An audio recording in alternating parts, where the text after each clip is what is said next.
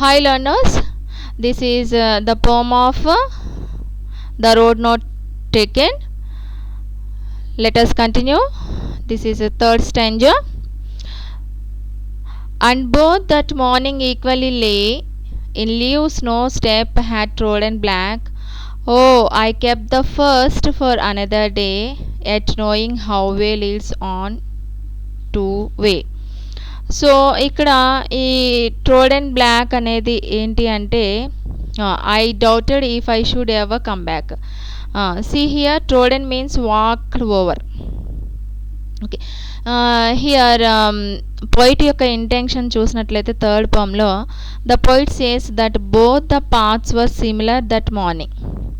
So అతను ఇంతకుముందు మనం చెప్పుకున్నాం కదండి, ఏదైనా కంపల్సరీ ఒకటి సెలెక్ట్ చేసుకోవాల్సి ఉంటుంది, ఆ వేలో వెళ్ళవలసి ఉంటుంది. అలానే ఇక్కడ పోయిట్ కూడా ఈ యొక్క పోయంలో చెప్పడం జరిగింది ఏంటి అంటే ఆ యొక్క దారులు ఏవైతే ఉన్నాయో, ఆ వేస్ ఏవైతే ఉన్నాయో అవి సిమిలర్గానే ఉన్నాయంట మార్నింగ్ అయ్యేపాటికి. Both had leaves on them and no one had stepped on them as they were still green in colour. So ఈ యొక్క టూ వేస్లో కూడా చాలా లీవ్స్ ఉన్నాయంట, బట్ ఎవరు కూడా ఆ యొక్క వేలో స్టెప్స్ వేసినట్టు అంటే నడిచినట్టుగా ఏమీ లేదంట. అలానే అక్కడ ఉన్నటువంటి లీవ్స్ కూడా ఎలా ఉన్నాయంట, చాలా గ్రీన్ కలర్లో ఉన్నాయంట. మనం ఫస్ట్ స్టాంజాలో ఏం చెప్పుకున్నాం, ఎల్లో కలర్లో ఉన్నాయి, అది ఆటమ్ సీజన్కి రిఫరెన్స్గా ఉంది అని చెప్పుకున్నాం. So he decided that the day he would take one path and keep the other path for another day. So అతను ఏం డిసైడ్ చేసుకున్నాడంట, నేను ఈరోజు ఈ యొక్క దారిలో వెళ్తాను, అలానే అనదర్ డేలో అనదర్ పాత్లో వెళ్తాను అని చెప్పేసి డిసైడ్ చేసుకున్నాడంట. ఆల్దో అయినప్పటికీ అతనికి తెలుసు, he knew that one way leads on the other way, ఒక దారి మరొక దారిని లీడ్ చేస్తూ ఉంటుంది అని. హీ న్యూ, ఇంకా అతనికి తెలుసు అంటే ఏం తెలుసు, that he could not go back on the choice that he had made. అతను ఏదైతే నిర్ణయించుకున్నాడో, అతను ఏం నిర్ణయించుకున్నాడు, ఒకసారి ఏమో ఒక దారిలో వెళ్ళాలి, అలానే రెండో దారిలో కూడా వెళ్ళాలి, ఏదేమైనప్పటికీ కూడా ఒక దారి ఇంకో దారిలోకి తీసుకెళ్తుందని నిర్ణయించుకున్నాడు కదా. ఆ నిర్ణయించుకున్నటువంటిది ఏదైతే ఉందో దాన్ని నేను వెనుతిరిగి వెనక్కి రాకూడదు, నేను ఏదైతే నిర్ణయించుకున్నానో అని చెప్పేసి అంటున్నాడు.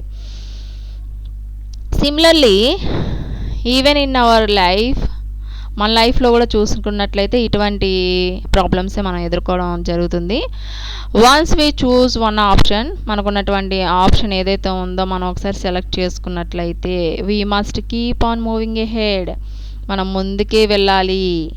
With that option that we never get a chance to come back and take the other option that we have left earlier.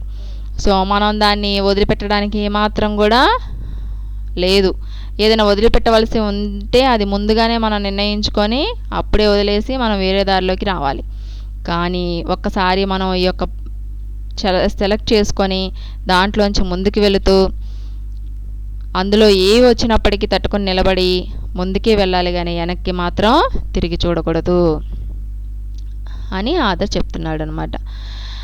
Stanza 4, let us see this. I shall be telling this with a sign, somewhere ages and ages hence. Two roads diverged in a wood, and I took the one less travelled by, and that has made all the difference. So let us see this.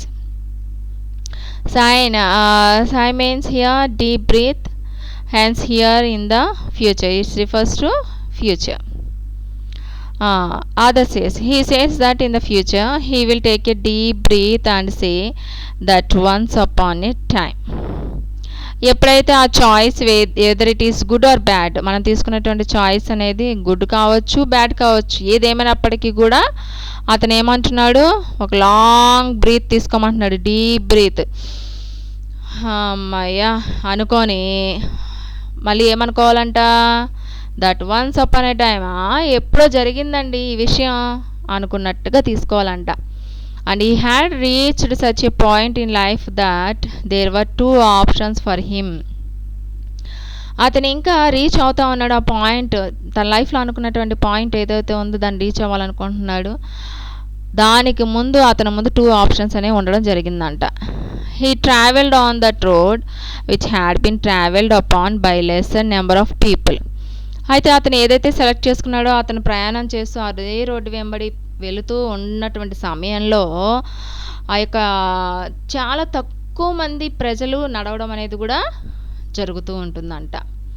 That decision of his decided his future. ఈ యొక్క decision అనేది అతని యొక్క ఫ్యూచర్ని నిర్ణయిస్తూ ఉంటుంది. Similarly అయినప్పటికి కూడా in future when you grow up then you will say that once upon a time.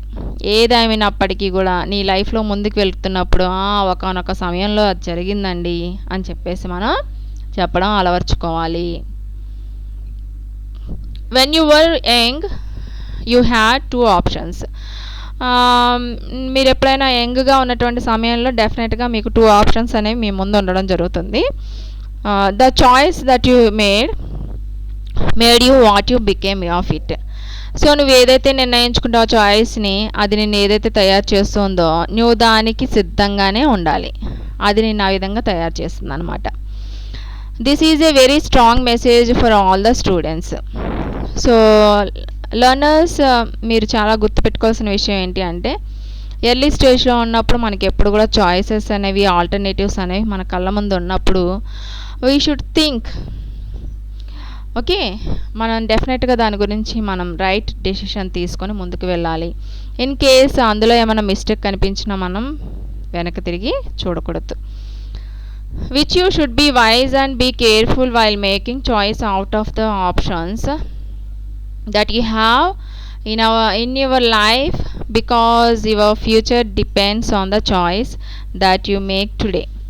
So మనం చాలా తెలివిగా ఈ యొక్క కేర్ఫుల్గా ఉన్నటువంటి ఆప్షన్స్ ఏవైతే ఉన్నాయో వాటిలో మన రైట్ చాయిస్ని మనం తీసుకోవాలి.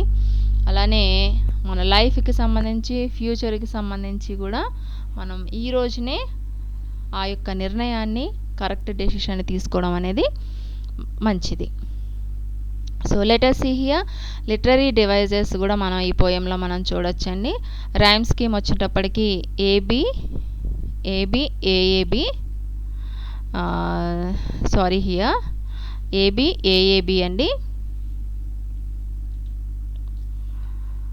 నెక్స్ట్ సింబాలిజం వచ్చేటప్పటికి 2 roads that represents 2 or more choices in our life. Symbolism అనమాట. అనఫోరా అంటే అండ్ అనేటువంటి వర్డ్ సెకండ్, థర్డ్, ఫోర్త్ స్టాంజర్స్లో మనం బిగినింగ్ లైన్ చూసుకున్నట్లయితే అండ్ అనేది రిపీటెడ్గా ఉంటుంది, దాన్ని అనఫోరా అంటారు. అలిట్రేషన్, వాంటెడ్ వేర్, ఈ వా సౌండ్ అనేది రిపీటెడ్ అయ్యింది కాబట్టి అలిట్రేషన్. అంటే హల్లు సౌండ్ ఏదైతే మనకి రిపీటేషన్గా వస్తుందో దాన్ని అలిట్రేషన్ అంటాం అనమాట ఇంగ్లీష్లో. First for fa sound is repeating, though that tha sound is repeating. ఇంకా రిపిటేషన్కు చూసుకున్నట్లయితే ఏజెస్ అనేది రిపీట్ అవుతూ ఉంటుంది, ఏజెస్ అండ్ ఏజెస్ అనే వర్డ్ రిపీట్ అవుతూ ఉంటుంది. అలానే 2 రోడ్స్ డైవర్స్డ్ ఇంటూ వుడ్ అనేది కూడా మనకి ఫస్ట్ స్టాంజాలో, అలానే 4th స్టాంజాలో కూడా మనం చూడడం జరుగుతుంది. So this is the symbol of the picture, the road not taken. Okay, finally everyone, thanks for cooperating, thanks for listening.